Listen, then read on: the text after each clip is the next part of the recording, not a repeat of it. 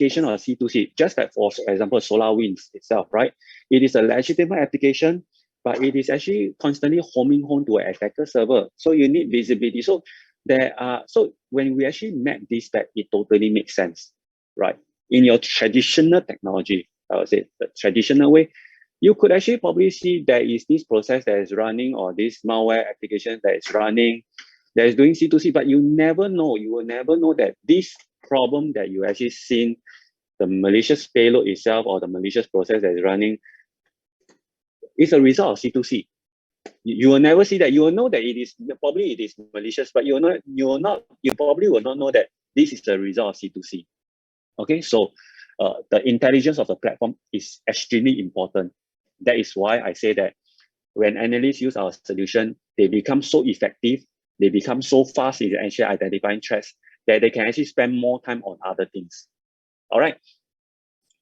Now, let me actually go through this part here. So, like I mentioned earlier on, if let's say we are actually looking at the malloc itself, if you look at the malloc management itself, this is what I want to share. We help you. Because this is actually a demonstration site. Usually there will be a lot of alerts itself. In a typical environment itself, we don't really see a lot of malloc because of the high degree of accuracy. Then the rate of false positive become lower, and the rate of true positive become higher, which means that you actually get lesser noise and lesser generation of alerts itself. Now, let me actually use just one simple example, right? One very simple example is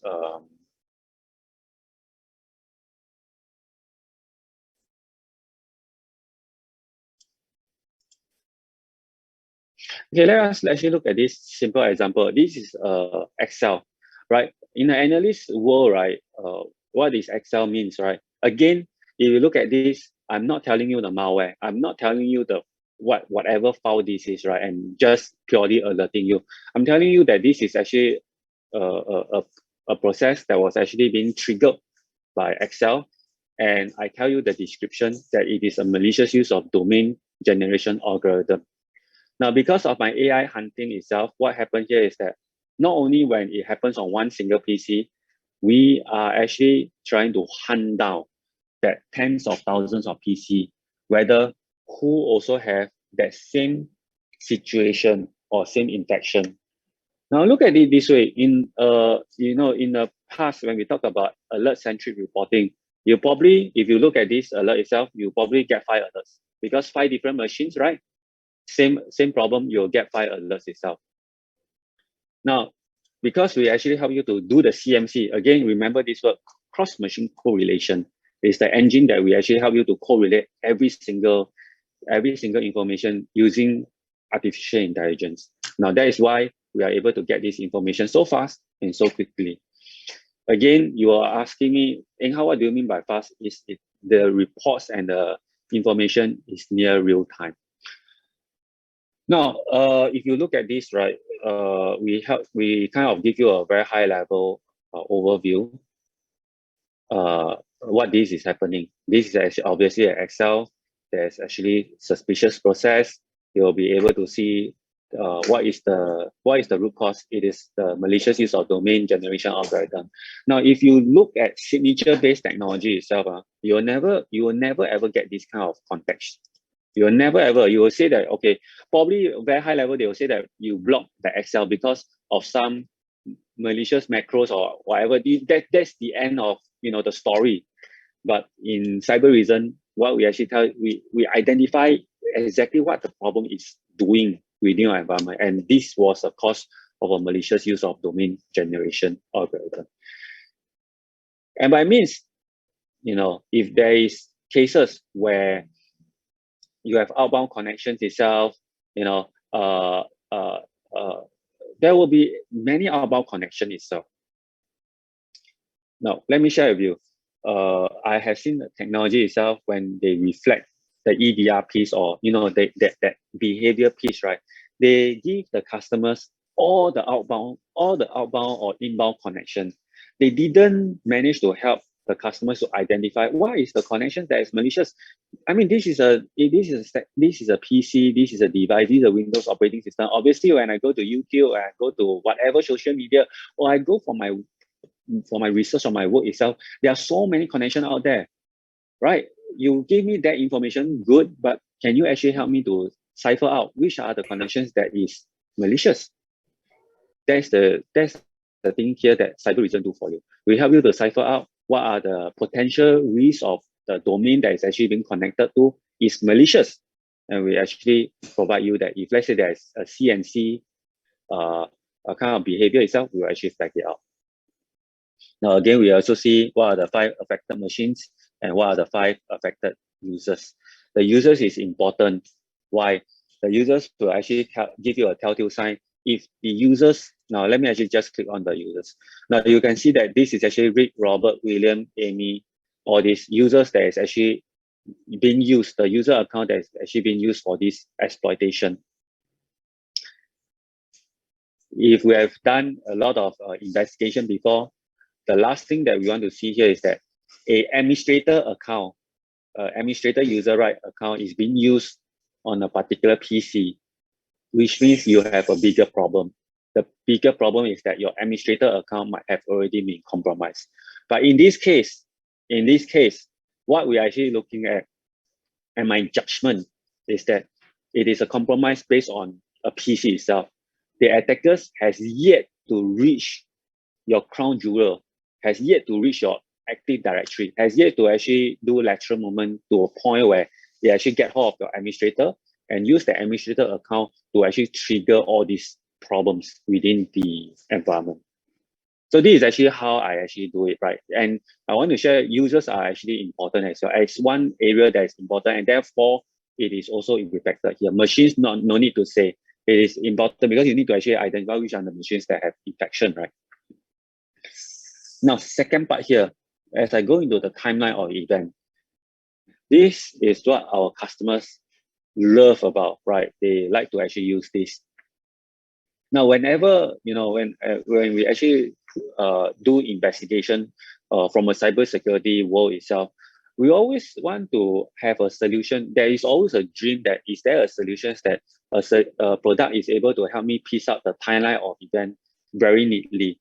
This can be done even in the past or even now. What I would say that this can be done, but it is actually a lot of time it is done in a very manual way. So you collect all the IOCs, you collect all the information, and the analyst will actually need to actually do this timeline physically himself.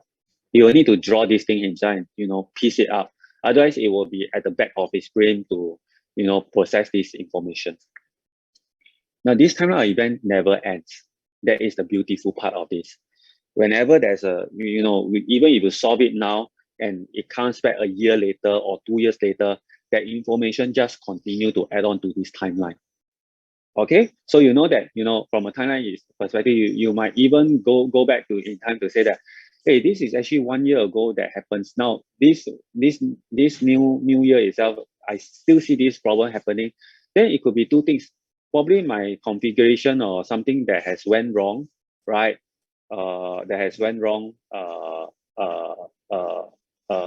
That causes this thing to happen again. Or if my configuration has been done correctly and it still comes back, it could also mean that the attacker is actually very persistent in trying to infiltrate your environment. It comes back, it knows that it got blocked, it knows that it was not fruitful, it tries again another year, right? To see whether, can I actually still compromise any system itself. Now, again, if you look at the timeline event, you can see 1934 hours, March 12, the first infection machine was actually being done. You could see there's some callback, there's some transmission ongoing from Japan to 6 countries itself. Then the second part is that a few hours later, William was actually being compromised. I would say that infected, all right, is infected.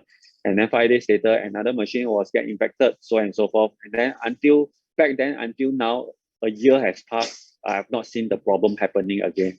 So the analysts could actually have, in the past 1 year, the analysts would eradicate the problems, actually put in necessary prevention capabilities, right? So that So you will not, and that's the reason why you don't see it after so long.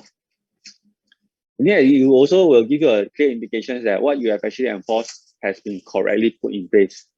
Okay, so this is the timeline event.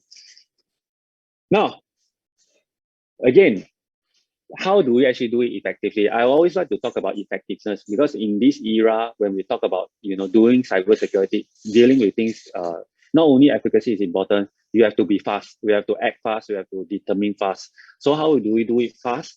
Is that if the prevention capabilities are automated, if let's say the prevention capabilities did not, for one way or another, the prevention capabilities is not configured to block it, it will come to a point where you see all these things. Now, how does the analyst able to respond? We actually provide guided remediation for all your analysts. So analysts don't need to think about what they want to do. Just follow through what we actually advise them. Like for example, these 5 machines, if there is files involved, quarantine the files. If there's no file involved, at this point of time, kill all the process. If there's file involved, you could also identify a files, and we will tell you that by means of few clicks itself, you'll be able to actually blacklist the file, so that in future when the file actually comes in, it doesn't really need to go through the scanning. It will actually be blacklisted or denied directly. Now, this is one thing. The second thing is that we could also isolate all these machines. This is actually extremely useful when you have a telltale sign of ransomware, and you do not actually have the confidence whether I have successfully eradicate the problem. Then you kind of isolate that 1 or 2 machines that is actually having problem, while you continue to do your investigation. Now, the third part here is that we could also do a remote shell.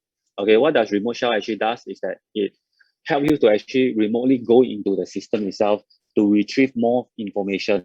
Like for example, sometimes some of my customers, they want to retrieve more information like system event logs, right? Although we actually keep track of the information, but we don't track all the event logs that is actually being triggered, but from the operating standpoint.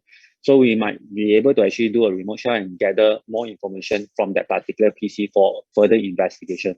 But most of my time, my customers doesn't really need to use the remote shell. The remote shell is more for if the case where you need incident response, you need a very detailed investigation. This is where the incident response team will make use of the remote shell to collect a more comprehensive information from the operating system. Okay, so what exactly happened? Now, if we move down, right, you will say that in how your product shouldn't stop here, right? I want to actually give me more information. Tell me, I know the root cause. Tell me what exactly happened, so that I can actually present to my board, and of course the technology, how it works, how the infection comes in, and how it actually infect.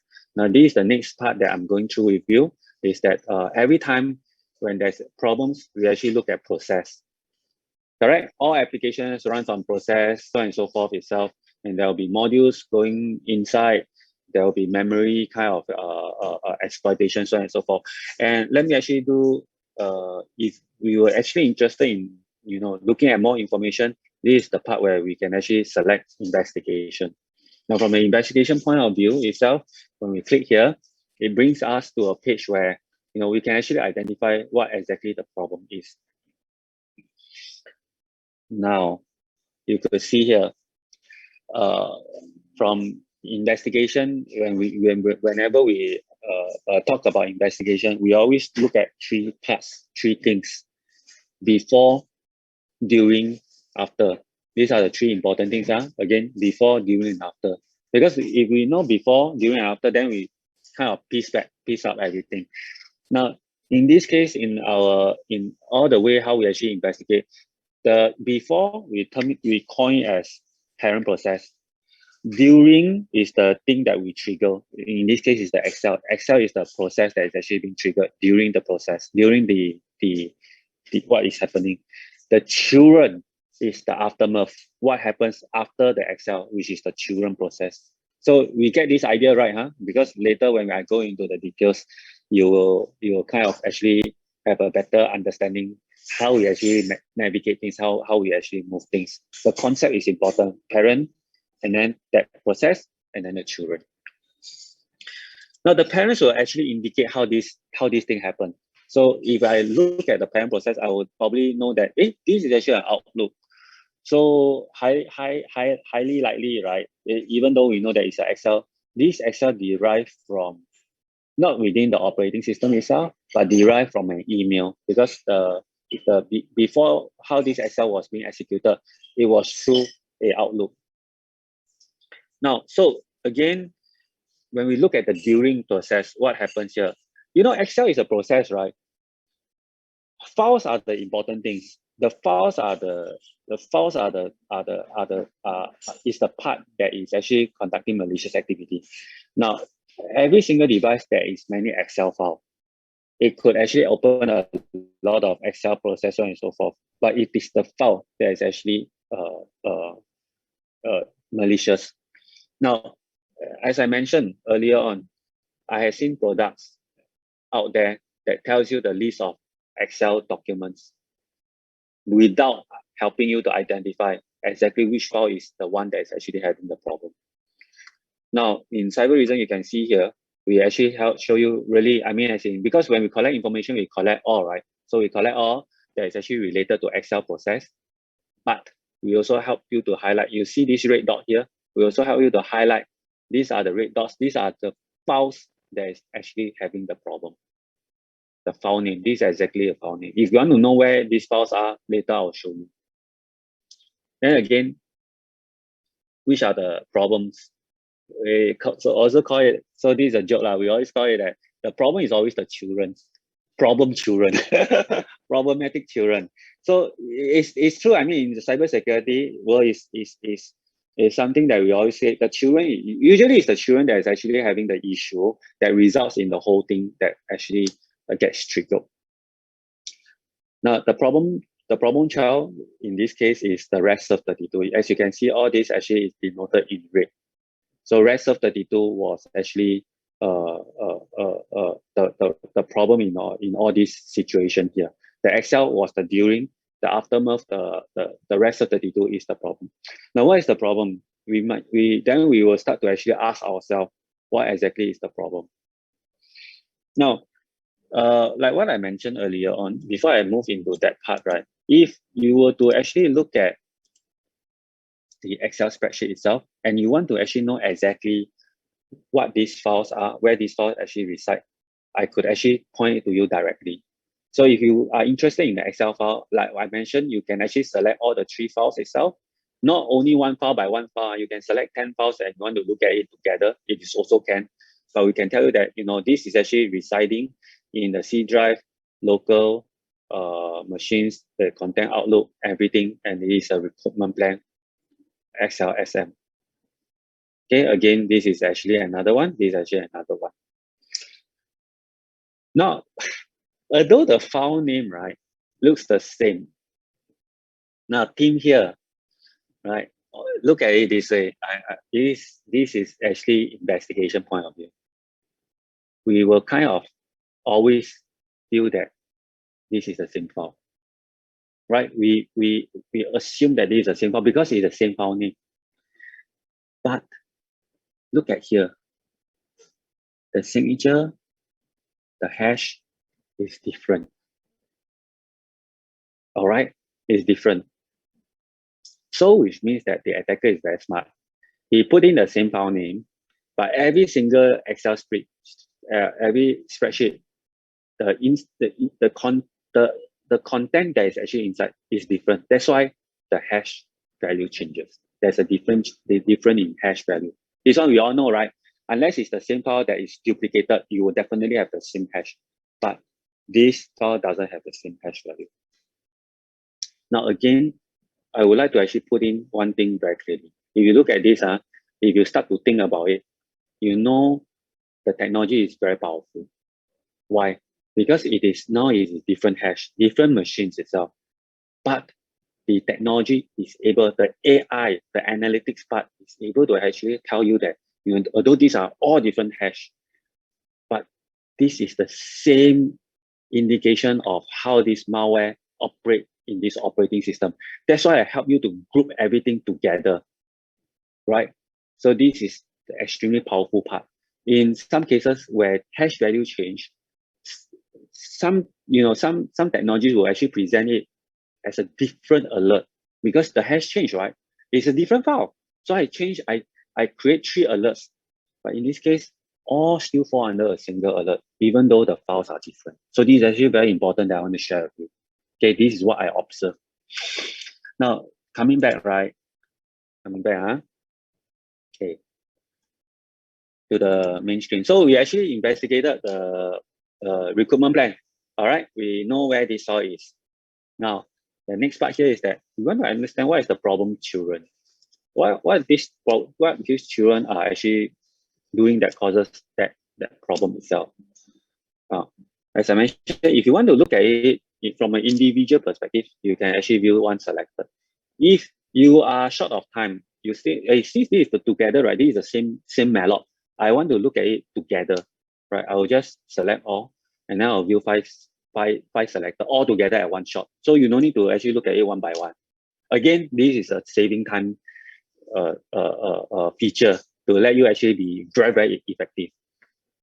Now, when we look at all these file registry itself, we could also see one thing is that the registry actually has a very suspicious alert prompt, a top command prompt. It is actually the rest of the 32 is actually being used to do a malware payload delivery, or rather, I would say the payload delivery. I will not say malware first. I will say that it is actually doing a payload delivery. And this payload delivery is actually going to which IP address? 66.175, right? All these 69. So in this case, right, what happened? What we actually see here is that the users, if the users has administration rights itself, the file would actually have been downloaded and executed. Now, the payload would have already been downloaded and executed. Okay, so this is actually how we look at things. Again, right? These are all high levels, right? There might be different preference of how analysts do things. This is the effective way of actually looking at very broad, very holistic way how the attacks actually go across different PCs, different nodes itself. But if we want to actually go very identical, very precise into a single machine, we also have this functionality where we call it the process tree. Now, you could see over here, this is actually what happens within that particular PC. Now, when I go into here, you will be able to see Robert Windows 10, and then you will be able to see this, the user account. Robert was used to actually execute the process. This one we all know already, right? We all know already. Then the Excel went into the process. The process, this rest of 32 also has another children process that is actually the MS build. Now, let us actually look at here. You could see that this is an outlook. Exactly, this is a fishbone diagram. The outlook, right? It gives you, all the information. The outlook was obviously not suspicious, because it is all signed by Microsoft. We all know all the signatures itself. But it was actually the Excel spreadsheet that was actually having the problem itself, right? And then after that, we know that this is actually a rest of 32. The rest of 32 not only stop there. When you actually do a malware payload delivery, right? The payload actually was inside. There was actually an execution that involved in the MS build.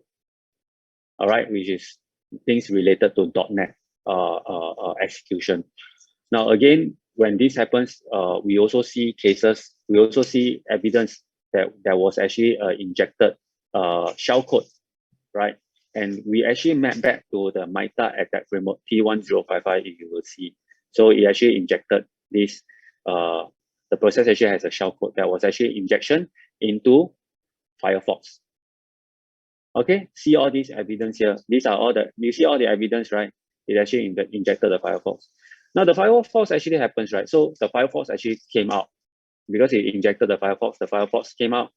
the Firefox now become the infection. You can see the red part is the infection. And then the Firefox actually do a net.exe, which is actually a module that is actually used to actually recognize what is actually happening, what is the open port, what is the IP address, what are the open connections that the machine is actually going through.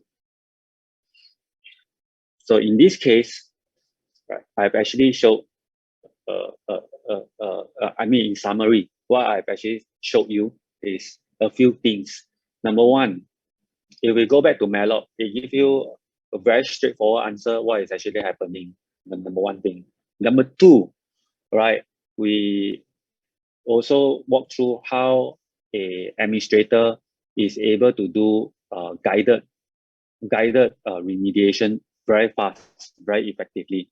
We also have show you the timeline of event, right? We will also show you how you investigate from a parent-children process, how we actually drill down, and eventually we are able to actually drill to the particular machine from a process tree standpoint to actually help you to navigate in a graphical format how this thing actually comes in, where it actually injects, or how it is actually injecting.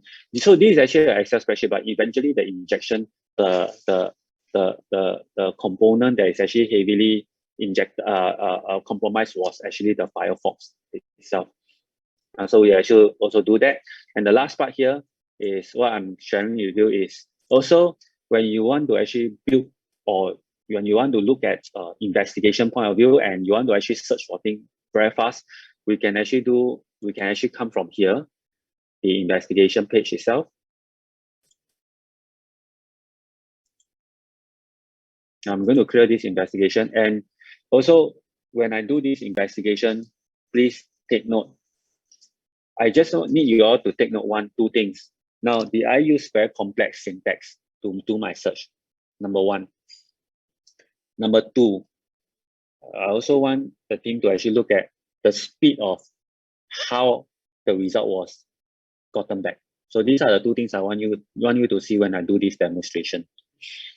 Now, let's take, for example, the firewall administrator today says that, hey, the security team, I do have a domain name that is probably a little bit suspicious. I want to actually know whether your endpoints, do they have such symptoms of going to such domain or IP address? Okay, your firewall or even your CISO, right, could actually say that, hey, I heard the other banks itself or the other of my friends, they have this problem. Can you actually help me to search whether your environment, did anyone actually go into this domain name? Now, if let's say it is a VGA itself, right? You will know that when it actually goes back, it probably will go through IP address. It might go through IP address. So your firewall might not be able to see the actual domain name, okay? Because maybe it actually goes through the IP address itself.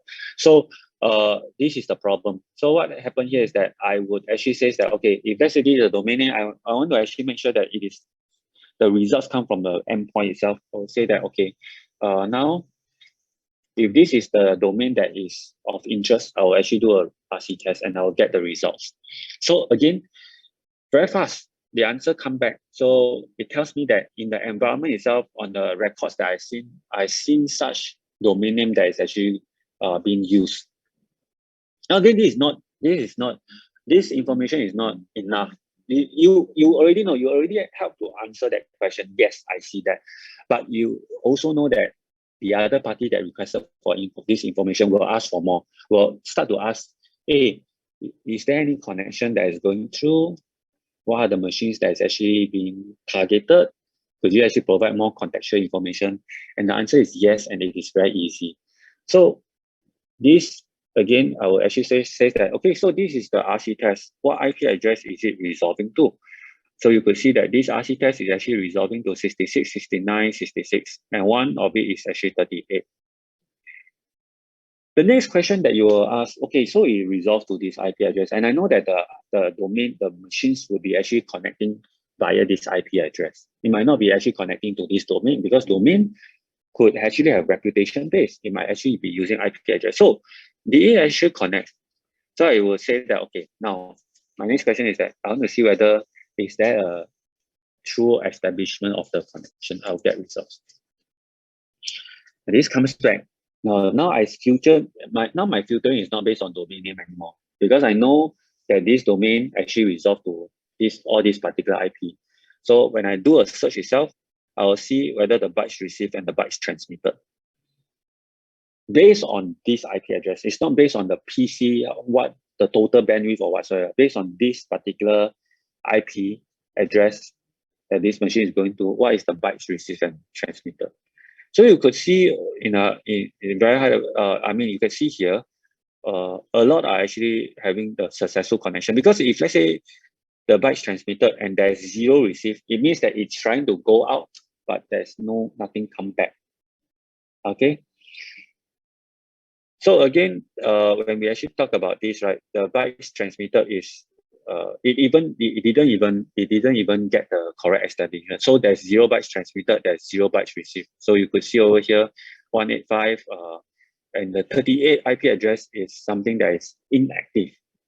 Okay, inactive doesn't mean that it will stay dormant forever. It might come up in the later part, but at this point of time, through our investigation, it is dormant.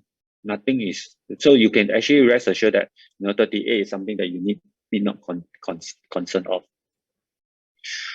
Now, the IP address is one thing you could actually trace back, but in order to shorten the time, if I could actually provide you with the owner machine, be better, right? So you actually get this owner machines, and you will be able to see that, okay, these are the things, these are all the machines that is actually having that particular problem. Then you actually submit your report back to your CISO or your firewall team, say that, okay, these are the nine results. In the past 10 seconds, if you do it fast, right, within 10 seconds, you can say that, okay, these are the 9 records. You go and deal with it, how you want to go and how you want to actually deal with it. This is the evidence. So one part here is that I hope that this part of the demonstration help you to address different areas, help you to address different areas in the result of doing a very quick investigation. Okay, without any syntax. I do not put if domain is and or DNS query and or connection. So I don't need all this syntax. And this syntax always causes a lot of problems where you actually do a search and the result doesn't come back. It is not because your search capability is no good, the person is no good. It's because the syntax is wrong. So you often doesn't get the results that you want. So in this case, you will definitely 100% always get what you want from this syntax-free investigation. The very last part that I promised everyone is I want to actually show you how we actually do ransomware in an effective way. Now, if you can see over my screen here, ransomware can be addressed in different aspects. Some, if we were to understand ransomware, it is actually a malware payload delivery, but the attacks today are more sophisticated. It could actually deploy multiple techniques itself. You could actually use signature-based technology or the AI-based technology to identify the malware payload. But one thing is that sometimes these AI and signatures doesn't give you that 100% guarantee. And I'm saying that from the fact here is that nobody can give you 100% guarantee that my signature, my AI will always 100% detect any malicious activities from compromising your operating system. No one can do that. So this demonstration is that when I do my configuration, I purposely disabled my my signature-based tracking and my AI-based tracking. So we are using a very behavior-based approach to stop the ransomware from happening. Now, one approach that we use is called the deception technique. The deception technique is by means of actually putting in different canary files in the operating system, so that when the encryption takes place, they encrypt our files while leaving the legitimate files as it is, right? That shouldn't be